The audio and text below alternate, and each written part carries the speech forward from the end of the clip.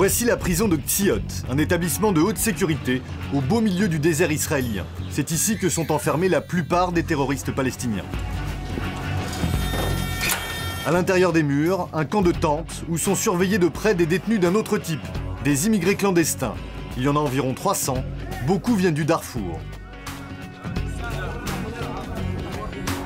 Ils sont arrivés en Israël ces 3 derniers mois et ont atterri dans le premier centre de rétention de l'histoire du pays. J'ai passé 5 jours dans le désert pour trouver mon chemin. Je ne savais pas que je serais arrêté en passant la frontière. La police m'a pris et depuis, je suis retenu prisonnier. Le voyage de ces hommes a été long. Ils ont quitté le Darfour à pied, ont transité par l'Égypte, puis se sont dirigés vers Israël. Et ce pays, qui se dit l'un des mieux protégés du monde, découvre avec stupeur que traverser sa frontière en venant d'un ancien État ennemi est une chose facile. Elle est longue de 250 km, il y a peu de postes de garde, et en guise de barrière, quelques fils de fer barbelés. En 3 mois, 3000 immigrés clandestins ont pris ce chemin. Aujourd'hui encore, entre 20 et 30 entre chaque jour. Israël panique. Et le problème aujourd'hui, c'est que la frontière entre l'Israël et l'Égypte est entièrement ouverte. On ne sait pas que faire avec 2000 en ce moment. Est-ce qu'on saura que faire avec 5000 ou avec 10 000 ? Israël dépassé par quelques milliers d'immigrés, et ce n'est que le début. En Égypte, on compte 3 millions de réfugiés du Darfour. Beaucoup pourraient traverser la frontière à leur tour. Jusqu'à maintenant, l'État hébreu n'avait jamais connu de grandes vagues d'immigration clandestine. Mais tout change le 11 mars dernier. À l'époque, une trentaine de Soudanais du Darfour seulement sont entrés illégalement dans le pays. Ce jour-là, les responsables du mémorial de la Shoah, Yad Vashem, décident de les accueillir comme des frères. What are they trying to do at first? To make Jews feel that they have no place in Germany, so they'll get up and leave. Je me sens très mal. Ça me rappelle ce qui est arrivé à ma famille. C'est très très dur. C'est terrible.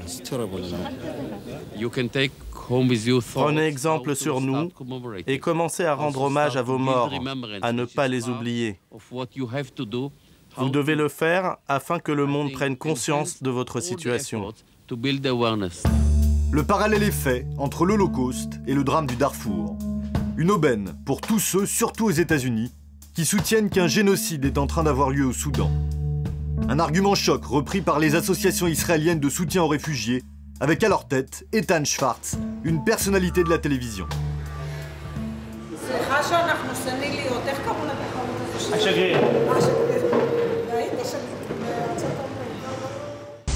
L'homme a remporté un jeu de télé-réalité, L'Ambassadeur. Le vainqueur était chargé de vendre l'image d'Israël aux États-Unis pendant 1 an. En bon connaisseur des médias, quitte à caricaturer la situation, il a décidé d'insister sur l'idée d'un génocide pour aider les réfugiés du Darfour. Quand je provoque l'image de mes grands-parents qui essaieront à entrer en Suisse et ne pouvaient pas pendant la guerre, la Deuxième Guerre mondiale, parce que la Suisse ne voulait pas un problème des réfugiés et à cause de ça, ils étaient expulsés à leur pays d'origine et étaient tués là-bas. Provoquer cette image en Israël et faire l'équivalence entre ça et la situation des Soudanais, ça fait quelque chose. Ça touche aux gens ici. Le problème, c'est qu'au printemps dernier, quand le bruit circule que les réfugiés du Darfour sont les bienvenus en Israël, d'autres, beaucoup d'autres, décident de les suivre. Très vite, à la prison de Ktziot, c'est toute l'Afrique qui est représentée. Ivoiriens, Érythréens, Ghanéens, Congolais, ils sont venus de partout, cette fois-ci pas pour fuir la guerre, mais pour trouver du travail. J'ai entendu que les gens ils ont dit que si tu viens au Égypte, bon, tu peux passer ici. Voilà pourquoi je suis passé au Égypte. Bon, les gens ils m'ont prévenu ici. J'ai payé un peu de l'argent pour rentrer ici. Bon, il y a les gens qui ont dit que si tu rentres seulement, tu n'as aucun problème. Résultat, les responsables du Haut Commissariat aux réfugiés doivent faire le tri entre ceux qui sont en danger dans leur pays d'origine et les autres.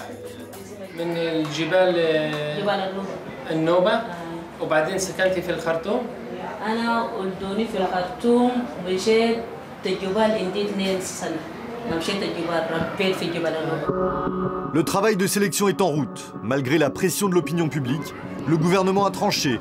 Quelques ressortissants du Darfour pourront rester. Les autres immigrés clandestins seront expulsés. Israël doit fixer un quota de réfugiés à qui on donnera la citoyenneté, dans l'espoir que d'autres pays feront la même chose. Nous devons aider ces pauvres gens, mais nous ne pouvons pas prendre tout le monde. On a déjà accueilli des millions d'immigrés, des Juifs d'Éthiopie, de l'ex-Union soviétique, et aussi des travailleurs immigrés. Mais les capacités d'Israël sont limitées. En résumé, Israël ne peut accueillir toute la misère du monde. En attendant les expulsions, les premiers immigrés africains arrivés en Israël ont déjà été accueillis un peu partout dans le pays. Certains dans des kibboutz, d'autres à Eilat, une cité balnéaire au sud du pays. Ici, il y en a 1000 en tout. Ils vivent dans des petits appartements à la sortie de la ville. Eux sont reçus presque comme les nouveaux arrivants juifs. Un toit, un travail et même des cours d'hébreu.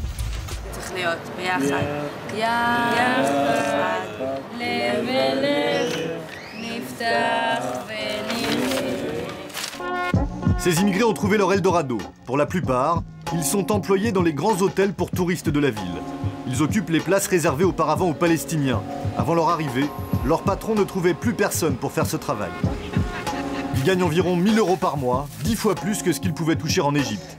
Mais malgré les apparences, ils ne sont pas toujours bien considérés. Mec, tu vois, mec, good job. Les habitants d'Eilat, plus habitués à accueillir des touristes que des immigrés africains, s'inquiètent. Ces nouveaux arrivés ne correspondent ni à l'image qu'ils se font de leur ville, ni à celle du pays. Cette ville a la capacité d'accueillir des juifs, mais là, il s'agit d'une population très différente. Ce sont des chrétiens ou des musulmans qui ne parlent pas hébreu. Et il y a un problème de sécurité aussi.